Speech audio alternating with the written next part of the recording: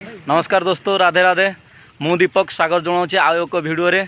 आज आम जाऊँ बालेश्वर ठू परखी। मो गाड़ी पछरे ठिया अच्छी।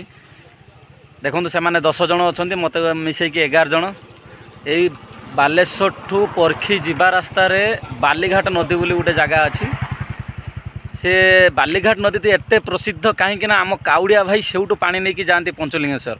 आपन को देखेबी से भिडियो पानी उठेबार भिडियो पानी नबार भिडियो। आपण भिडियो स्किप न करी भिडियो रे बने रुहतु।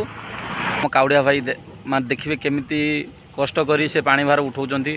सेठू चाली चाली चाली चाली पाखापाखि बालीघाटू पंचलिंगेश्वर 40 किलोमीटर हम। पूरा 40 किलोमीटर से माने रविवार दिन संध्या बेले पानी उठेबे। माने संध्या ठू से माने चलिए राति मान पूरा चलिकी भोर भोर पंचलिंगेश्वर पहुँचती पानी ढाई आसती। केते कष्ट करती काउड़िया मैंने मुझे देखेबी से भिडियो। आपण भिडियो स्किप न करी भिडियो बने रुहतु। देखिए निहाती देखिपे यही बालीघाट नदी। ये बालीघाट नदी में केते काउड़िया भाई भक्त मैंने पानी उठाऊ। आरपटर मुझे देखा काउड़िया भाई भक्त मैंने अच्छा सेटपट्रे भी पानी उठाऊँ। एपट्रे देखूँ आज्ञा एते मात्रार गहली माने एते लोक एते भक्त माने जेतिकी देखुं सेतिकी सब जाई सारे पानी भार नहीं से उठे आगुतरे जाई सारे। मु आपण मानू देखौची माने देखूँ केते भक्त आज्ञा बाबांकर लीला।